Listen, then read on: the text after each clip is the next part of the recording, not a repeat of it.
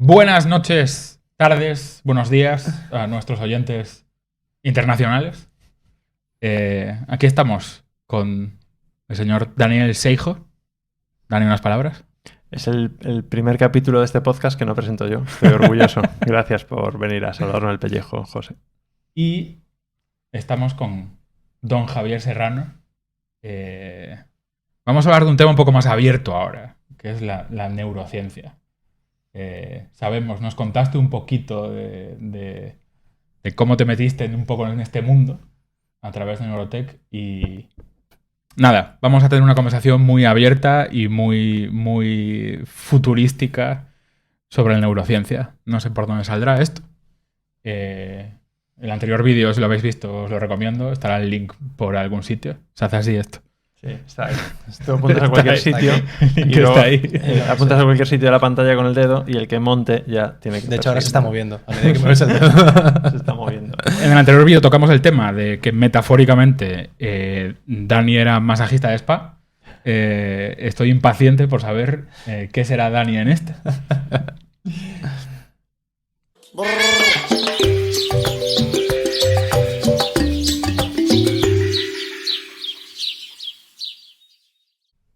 Yo, si queréis, empiezo. Yo os puedo sacar, decir... Bueno, primero Tú concretar... eres el experto aquí, tío. Experto.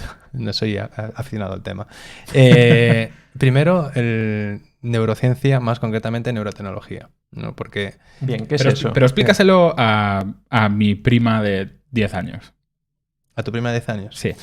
Pues como lo explicamos, ¿tú sabías que tu cerebro produce actividad eléctrica y para eso existe tecnología que ayuda a medir lo que sucede dentro de esa actividad eléctrica? Entonces, Posiblemente su prima lo sepa, ¿no? Sí, Tampoco es nada nuevo. bueno, depende... no sé Muy cómo están los muy obvio.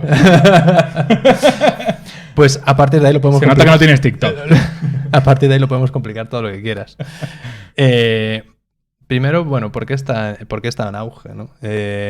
Una de las cosas que hizo Obama antes de marcharse fue firmar el proyecto Brain. Hostias. No me esperaba esta salida. ¿Por qué? Es decir, ¿por qué? ¿El proyecto de neurotecnología? No, proyecto Brain. Ah, pero vale. El proyecto Brain es un proyecto tan ambicioso como lo fue el proyecto Genoma Humano. Es decir, la pregunta en el genoma humano es decir, necesitamos descifrar el genoma humano, ¿no? Entonces, el primero costó como 3.000, 4.000 millones de dólares y ahora lo puedes hacer por $100, ¿no? Entonces, pero la idea era descifrar el genoma humano. Con el proyecto Brain la pregunta es, ¿qué hace falta para entender cómo funciona el cerebro, ¿no? Entonces, porque hay muchas limitaciones, y muchas de investigación y limitaciones técnicas, ¿no? Entonces, es un proyecto tan ambicioso que, de hecho, a partir de ese empezaron a salir, pues en Europa también hay otro programa similar, alrededor del mundo, empezaron a salir muchos proyectos internacionales a través de la respuesta es investigar cómo funciona el cerebro. Hay como tres fases. Una es investigación pura y dura, que esa fase, digamos, ya empezó aunque se sigue investigando, es la parte más gruesa, ya se realizó. La segunda fase es apliquemos tecnología a toda esa investigación, ¿no? Y en la tercera fase, que es, vale, aterricemos todo eso en productos o en cosas tangibles para la sociedad. Y ahora estamos entre mucho desarrollo de tecnología, pero ya puedes consumir neurotecnología. Y ahora entraremos en detalles, pero la gente le puede parecer algo súper futurístico, pero puedes entrar en Amazon y comprar neurotecnología. ¿El qué? Pon unos ejemplos. ¿El qué? Pues... O sea, si yo ahora digo... Pondremos enlaces. Enlace con afiliados. Todavía no sabemos si con afiliados o no. ¿Cómo se nota que no saben de medios? Que no, eso no da dinero. No, es broma. Un ejemplo es una diadema que se llama Muse, que lo que hace es, por el mismo principio, el principio de medir la actividad eléctrica es una diadema que tú te la pones y con unos electrodos pues mide tu actividad cerebral de una manera muy sencilla, pero lo suficientemente sencillo como para medir tu capacidad de concentración, de relajación, ¿no? ¿Qué hace? Lo que hace es, por medio de una aplicación, detectar, pues estás estresado, ¿no? Estás como ansioso, ¿no? Entonces, lo que hace es, por medio de sonidos, te pone, pues, a lo mejor una tormenta, ¿no? Entonces, a medida que tú te vas relajando, va alejando esa tormenta y empiezan a sonar pajarillos, es decir, te pone unos sonidos de más de relajación. Esto es lo que se llama neurofeedback, es decir, poder ver el feedback de tu propia actividad cerebral por medio de algo que no serías capaz de verlo, en este caso por medio de sonidos, ¿no? O sea, es como vivir en Santiago de Compostela. Entonces, pero es el mismo principio, es el principio de usar neurotecnología. Es decir, para la gente que piensa que pueda ser algo futurista, realmente ya existe. Bueno, y como eso, pues... Es decir, existen cosas que te permiten medir el estado y actuar con neurofeedback, pero no actuar de forma directa, ¿no? Realmente... A nivel que puedas comprar en Amazon, me refiero. Me imagino que si te abren el cerebro, pues es otra cosa, ¿no? Pero... Claro, esto se llama tecnología, es decir, es un BCI, ¿no? Un Brain Computer Interface, que se dice no invasivo, es decir, no te han tenido que abrir el cerebro para implementarlo. Luego están los invasivos, que es, entre otras cosas, lo que está haciendo Neuralink Elon Musk, ¿no?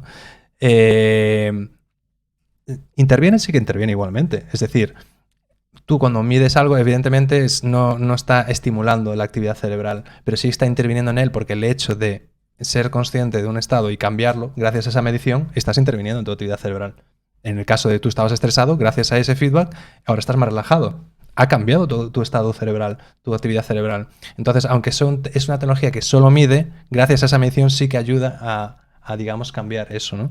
Pero efectivamente, luego hay otros tipos de BCIs, otro tipo de neurotecnología, que también la idea no solo es leer la actividad cerebral, sino que estimularla, ¿no? Entonces, directamente estimular ciertas áreas cerebrales. Y esto es un poco como la vanguardia, ¿no? De lo que está haciendo Neuralink, por ejemplo, ¿no? O sea, ¿qué está haciendo Neuralink? Cuéntale a alguien a su prima de 10 años, que también sabe lo que es Neuralink, porque tendrá Y también añado que Javi, cuando hicieron el lanzamiento de ese Neuralink, organizó un stream para seguirlo todos juntos. ¿No estabas tú ahí? Sí. Es que no lo organicé yo. ¿Lo organizaste tú? Creo que lo organizaste. Lo organicé yo. Joder.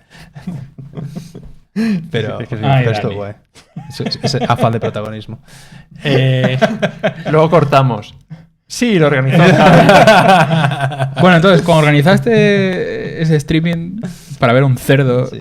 En mi defensa diré que yo le dije que iba a hacer ese stream. Él lo organizó, pero yo le dije que iba a hacer ese lanzamiento. Bueno. O sea, yo organizo las fiestas. Es mi rol. O sea, la idea fue tuya y Dani la ejecutó. Joder, qué extraño. El mundo al revés. ¿Qué es Neuralink? Realmente, a ver, lo que plantea Neuralink, vale, primero es, como decíamos, un electrodo, pero que en vez de ponerse sobre la superficie como un casco, una diadema, pues es directamente poniéndolo literalmente dentro del cerebro, ¿no?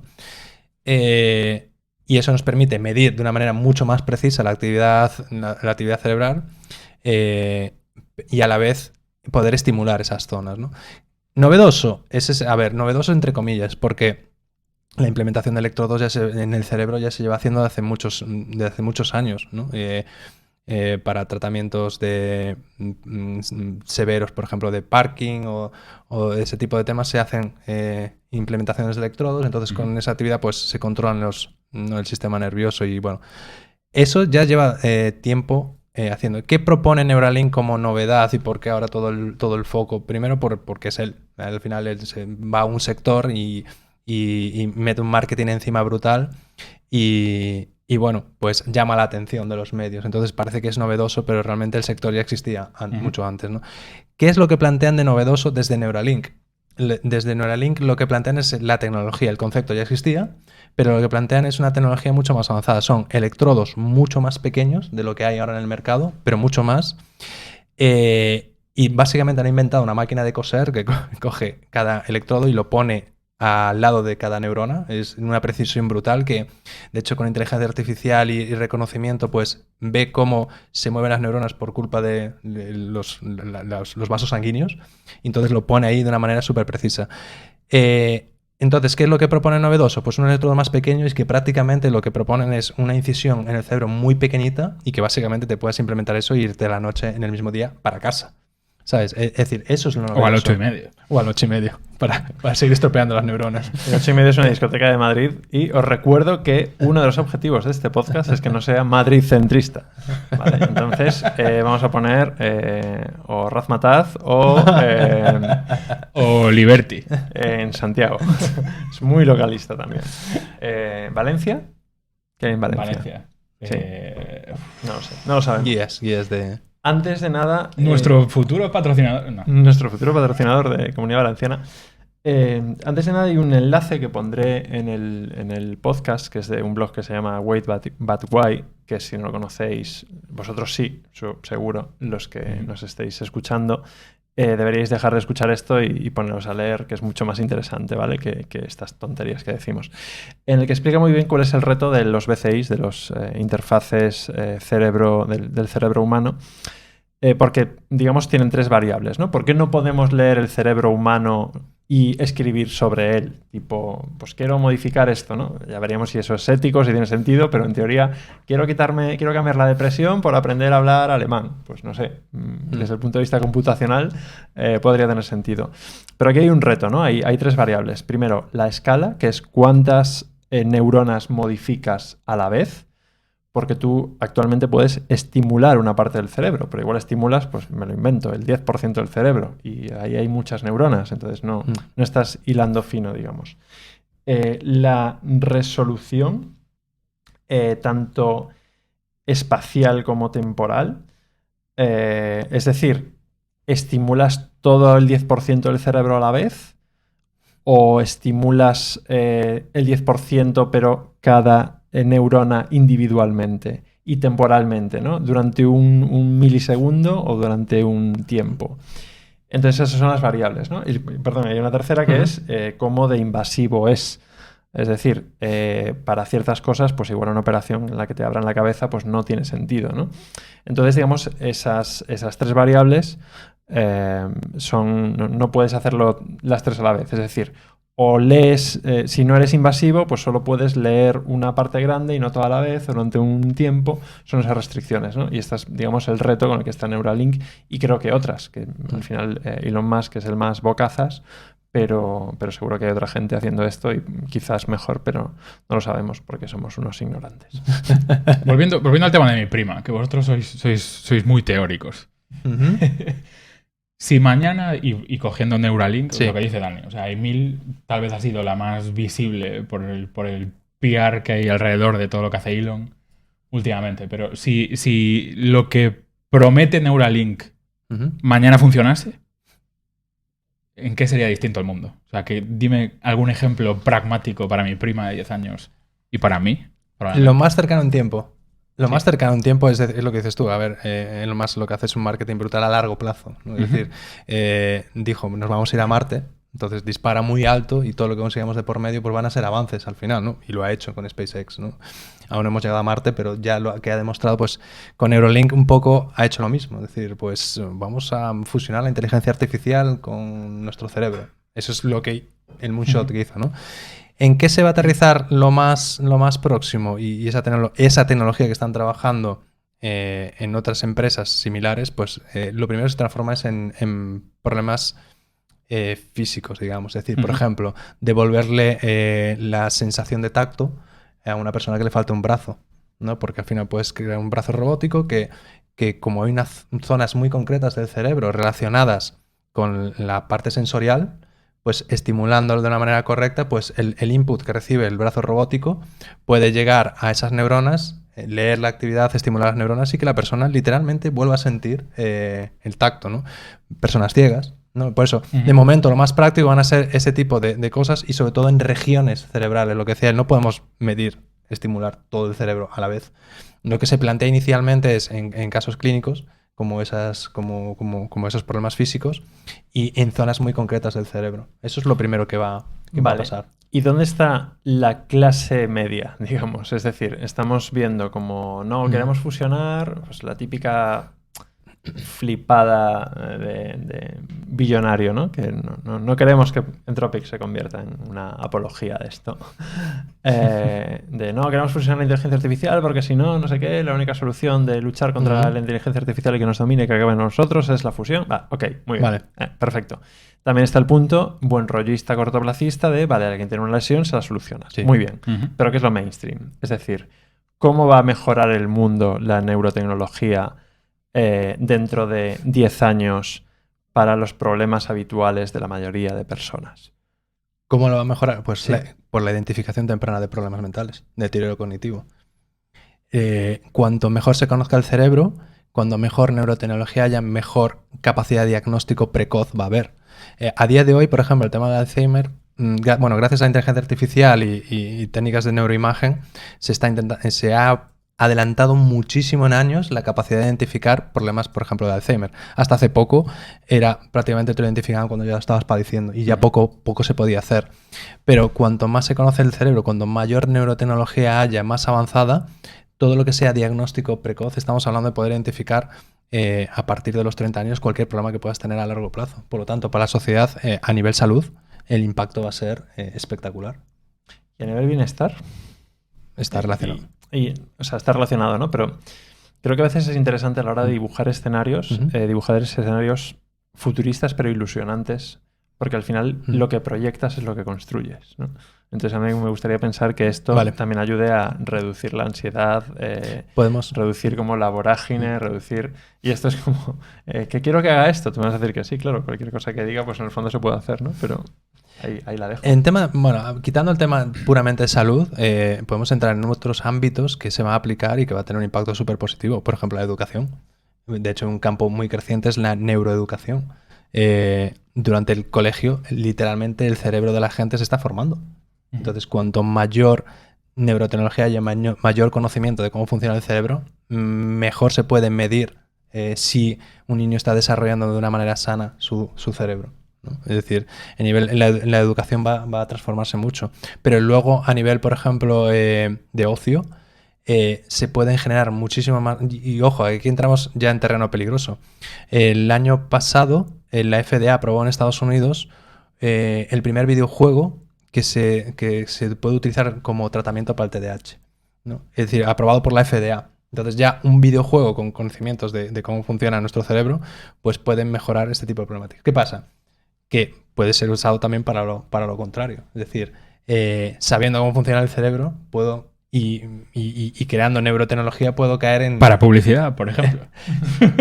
Para publicidad, sí, pero es decir, tú en el momento que puedes leer la actividad cerebral de alguien, y ya no entras ya así cuando llegamos al punto de poder estimularlo, que eso si queréis entramos, pero los retos éticos que tiene eso es brutal. Entonces, claro, eso supone muchísimos retos a nivel privacidad, lo que decías antes, el acceso equitativo a esa tecnología. Es decir, ¿qué pasa si pasamos de un plano a que no solo estamos hablando de salud, sino vamos a más allá? El hecho de usar este aparato me mejora ciertas habilidades cognitivas, ¿no? Entonces, claro, puedes generar mucha más diferencia social por el hecho de gente que no puede acceder a esa tecnología y la gente que no. Entonces, de hecho, a día de hoy, si queremos, entramos en el tema de neuroderechos, pero se está planteando cambiar los derechos humanos precisamente para proteger este tipo de cosas. Y los derechos humanos. Esto mola. Aquí hay mucho tema. Así que me salen 3 temas aquí. Te voy a disparar los 3. Vale. El primero, relacionado con Entropic. Alguien que quiera emprender en neurotecnología, ¿qué hace? O sea, imagínate que alguien, por ejemplo yo, se calienta y dice, oye, me fascina el tema de aplicar esto de educación, porque como alguien lo va a aplicar para el mal, pues apliquémoslo para el bien, ¿no? Para temas educativos. ¿Por dónde empezaría? Yo empezaría por entrando en NeurotechX, que es la organización más grande de neurotecnología que hay en el mundo. Y es una comunidad súper abierta. Hay un canal de Slack donde hay gente de todo el mundo. Están haciendo constantemente eventos, hacen eventos de divulgación, ayuda a conectar con la gente precisamente del ámbito del emprendimiento, estudiantes, startups, inversores. Tú has montado el chapter, digamos, sí, o la parte local de Galicia. Sí, nosotros hemos montado en Galicia. ¿Qué hay que hacer? Es decir, alguien que esté en Extremadura, por ejemplo, tenemos que empezar a poner ejemplos localmente distribuidos por toda la península. No, Portugal no, lo siento. No estáis en la lista. Puede ver si hay un chapter en España. ¿En qué sitios hay chapters de esto? ¿En España? En España ahora mismo, en Barcelona y en Galicia. ¿No lo hay en Madrid? No. Ahí. Vale. Se podría hablar con ellos y crear uno. Es que es... ¿Y para crearlo qué hay que hacer? Para crearlo, pues montar un equipo mínimo, más o menos creo que son 5 personas. Pero no full time, es decir. No, de hecho al contrario, lo bueno de ellos es que te ayudan a estructurarlo muy bien. De hecho te dan una guía de estilo de cómo debería ser el grupo de voluntarios, y una de las cosas que dicen es que la gente no se comprometa más de 4 horas a la semana, porque ya saben que comprometerse a más de eso no, bueno, porque es voluntario. Que entréis en el de Galicia Barcelona, tampoco os compliquéis tanto. Sí. Para estar al tanto y emprender y involucrarse en la comunidad, están en todo el mundo. ¿Y qué tipo de perfil? O sea, siendo crítico, ¿vale? Y yo no he entrado, pero ¿qué tipo de perfil hay ahí? Es decir, ¿es gente muy teórica o realmente hay emprendedores en este sector que estén ahí dentro? Hay de todo. Bastante equilibrado. De hecho, hay gente que no especialmente ni es ni ingeniera, a lo mejor gente que le gustan las redes sociales, que porque es apasionada de la temática. Y yo, pues, a mí me gusta llevar redes sociales. Pues entras ahí y a ver si consigues entrar a alguna empresa, a una startup de neurotecnología llevando las redes sociales. Es decir, hay entusiastas, hay gente que es ingeniera, gente neurocientíficos, gente de la universidad, de startups. Realmente hay una diversidad bastante muy grande. Interesante. Desde aquí invitamos a alguien de Neurotech X que forme parte de la comunidad o emprendedores en general a que vengan a contarnos más cosas. Y neuroderechos. Eso que has sacado ahí, interesante. Sí, espera, José, ¿qué opinas de los neuroderechos? Yo opino que básicamente le estás añadiendo un neuro a todo delante. Sí, de hecho hay el Batman, el Batmóvil, la Batcueva. Sí. Claro, mi pregunta iba por el tema más de, evidentemente, la tecnología va siempre por delante de hostia, iba a decir la ley, suena un poco extraño dicho así, pero de las políticas y de las normativas, ¿cuál sería el equivalente a un pues, Airbnb afectando precios de alquileres, gentrificación, vaciado de barrios, etcétera, etcétera? ¿Cuál sería el equivalente que va a pasar sí o sí? Porque no veo yo a determinada gente legislando para esto al corto plazo. Ni te imaginas quién. Porque Airbnb era desconocido antes de que existiera Airbnb. Netflix era desconocido antes de que... ¿no? Y realmente aquí en el ámbito de la neurotecnología hay nombres mucho más comunes de lo que... Por ejemplo, yo en mis charlas a veces pongo una diapositiva 2017 en el evento de desarrolladores de Facebook, una diapositiva en grande, enorme, y ponían detrás en grande ¿qué pasaría si pudiéramos escribir con la mente? Facebook, 2017. Hicieron un moonshot como Kennedy, ¿no? Dicen, esto no existe, pero lo vamos a hacer. Somos Facebook, tenemos dinero. 2018, por $1.000 millones compra una empresa que se llama Control Labs, que se dedicaban precisamente a crear MG, tecnología que usando los músculos, los brazos, los gestos de la mano, poder controlar la tecnología como un ordenador, ¿no? 2019, Facebook se presenta en uno de los mayores congresos de neurociencia en Estados Unidos y dice, hey, somos Facebook, nos interesa esto y tenemos mucho dinero, ¿sabes? Y continúan. Ellos, no es casualidad que empiezan a anunciar Meta. ¿Por qué? Porque el combo perfecto es crear un casco de realidad virtual en el que a la vez mida tu actividad cerebral. De hecho, hace un par de años se hizo Neurotech X, organizó un evento específico de neurogaming. Es decir, ya en Estados Unidos startups, había una startup, por ejemplo, que creó un videojuego... Para. Sí. Es que este es el titular. Neurogaming, o sea, este es el titular. Este es el titular. Es decir, ¿esto es una intuición o crees que va por ahí en serio? O sea, esto se convierte en sálvame. ¿Realmente afirmas que el objetivo de Facebook con Meta es generar ese dispositivo para leer el cerebro? Y vender publicidad. Volvemos al tema de antes. Es decir, sí. Es decir, primero, OpenBCI, por ejemplo, que es una plataforma de Open Hardware, hizo una placa para que tú pudieras crear tu propio EEG, ¿no? Y ahora tiene un proyecto Galatea que se llama, que si entráis en la web OpenBCI, ha desarrollado pues lo mismo, un casco que puedes ver realidad virtual y a la vez leer tu actividad cerebral. Porque tiene todo el sentido, porque al final es un input más para usar la tecnología. Es decir, utilizamos nuestras manos, el ratón, el teclado, tocamos, pero es que eso ya se está quedando corto. Y tú, para tener una experiencia mucho más real, sobre todo si estamos hablando de un universo virtual, necesitas saber el software cómo lo estás percibiendo.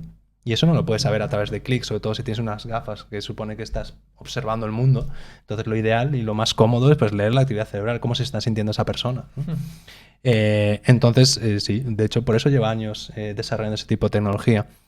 El evento este que se hizo de Neurogaming había, por ejemplo, un ejemplo de una empresa que había hecho un videojuego que a través de leer tu actividad cerebral y un casco de realidad virtual, pues era un juego de terror.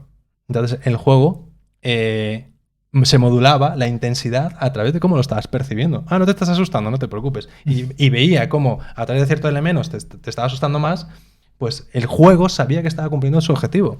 Entonces eso ya existe. Es decir, la tendencia va por ahí. ¿Cuáles son los retos?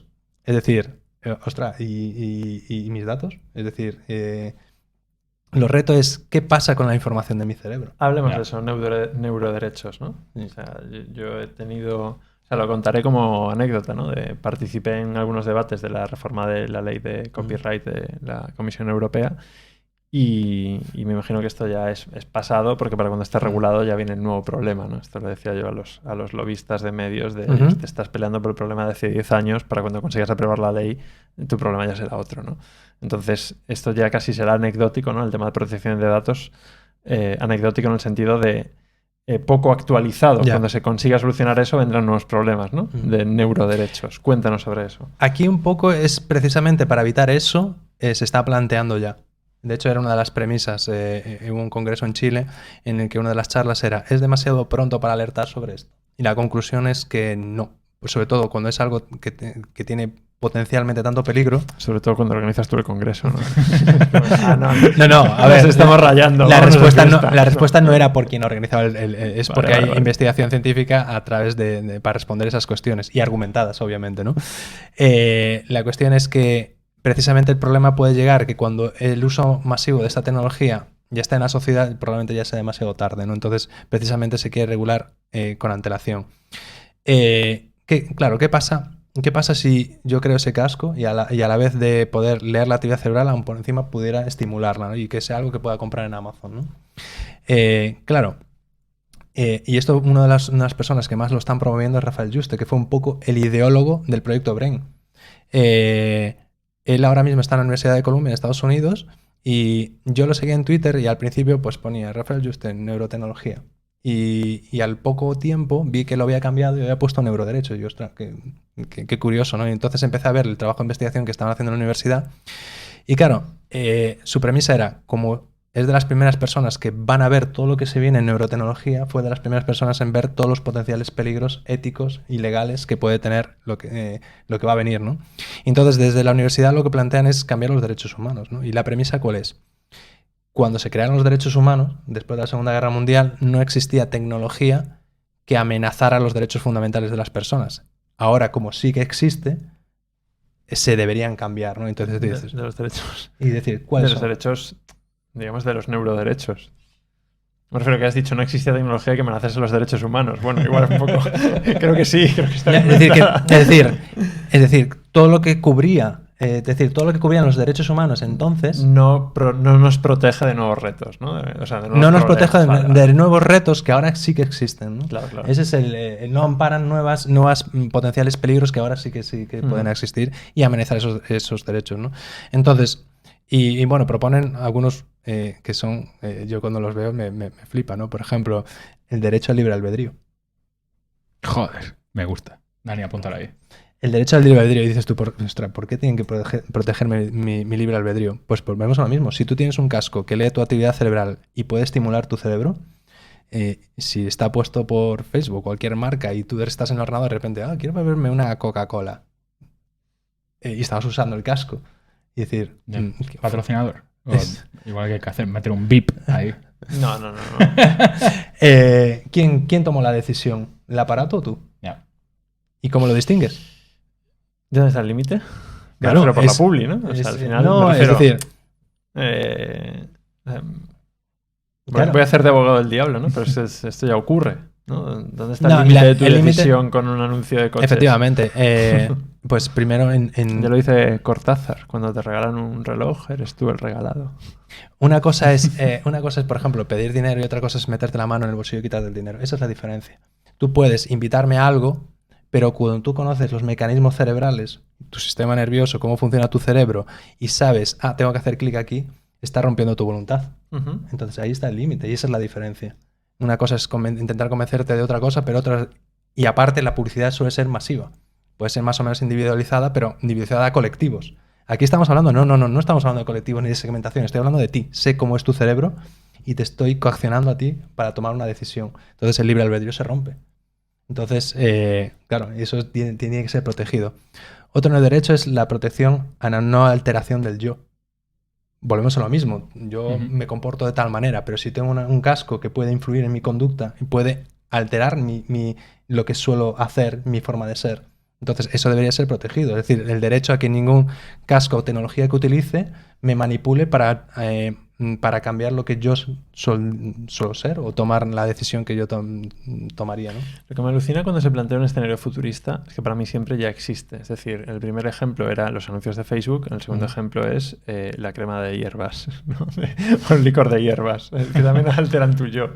Es O sea, que es dentro de eso hay, claro, es que hay un campo muy grande ahí, pero una de las cosas que abre el debate solo ese derecho, el de la no alteración del yo, es decir, vale, determino que soy propietario y tomo la determinación de mi identidad, por lo tanto, ahí sí que entra el tema de, por lo tanto, debería tener el derecho de consumir mis drogas, de tomar mi té, yoga, porque al final todo lo que altere mi identidad... Elegir lo que alteras, Sí, ¿no? entonces, claro, dentro de ese neuroderecho, efectivamente, luego hay dentro una cascada de cosas relacionadas con eso. Pero claro, eso tiene que llevarse a debate y analizarlo, ¿no? Otro lo comentabas tú antes, es decir, ¿qué pasa si eso hay cierto sector de la... Si estamos hablando de mejoras cognitivas, mejora de memoria, mejor de aprendizaje o lo que sea, ¿qué pasa si solo puede acceder a ello cierto sector de la sociedad, ¿no? Entonces, otro lo que se plantea es el acceso equitativo a la tecnología, a esta tecnología, ¿no? Es decir, para no crear precisamente más brecha. Porque si no tenemos una sociedad capaz de, imagínate, pues mucha mejor capacidad de memoria. Seguro que lo conseguimos. Vamos, solo hay que ver el ejemplo de las vacunas a nivel mundial. ¿Qué podría salir mal? Pues queda bien en la web. Y luego hay otro, por ejemplo, que es el derecho a la no discriminación por algoritmos. Es decir, y esto es un poco lo que pretendía la peli de ciencia ficción de Gattaca hace años, ¿no? Es decir, que no por mi patrón cerebral, de actividad cerebral, pues que sobre inteligencia artificial digan, pues este no me compensa. Como Gattaca pasaba con el ADN, pues el derecho a no ser discriminado por tu actividad cerebral. Entonces, bueno, parecen de ciencia ficción, pero ya se trabaja precisamente para antes, ¿no? Y de hecho Chile se convirtió hace poco en el primer país del mundo en incluirlo en su constitución. O sea que realmente hay países que ya están trabajando en ello. Súper interesante. Estaríamos hablando contigo mucho más. Tampoco muchísimo más, pero vamos. Es broma. Pero antes de cortar, Sí. ¿nos quieres recomendar algún libro, cuenta de Twitter, que puede ser sobre neurotecnología o no sé, sobre otra cosa? O algún dispositivo que hayas probado tú ya? Ahí ya cerramos un poco más el abanico. Yo buscaría, no recuerdo el nombre, de Adela Cortina, por ejemplo, aquí en España, que tiene varias charlas y libros relacionados con neuroética, neuropolítica, que son muy buenas. Luego, para estar informados, estar al tanto, lo ideal es el Slack de NeurotechX, porque hay un montón de referencias, artículos, charlas. Es decir, para estar al día, esa es la mejor recomendación, porque ahí se hablan también de libros, se hablan de todas las novedades que hay. Y bueno, esa es yo creo que mi recomendación para estar al día. Genial. Pues muchísimas gracias, Javi. A quienes no lo hayáis visto o escuchado, tenéis la entrevista sobre su proyecto Mentines y vuelve cuando quieras por aquí. Esta es tu casa. No realmente tampoco es la nuestra. Gracias a Topes de Gama por dejarnos el estudio. Y oye, un placer. Y gracias, José, por venir a acompañar. Gracias, Javi. Muy bien, La próxima vez trae la camisa planchada. Vale, lo tendré en cuenta.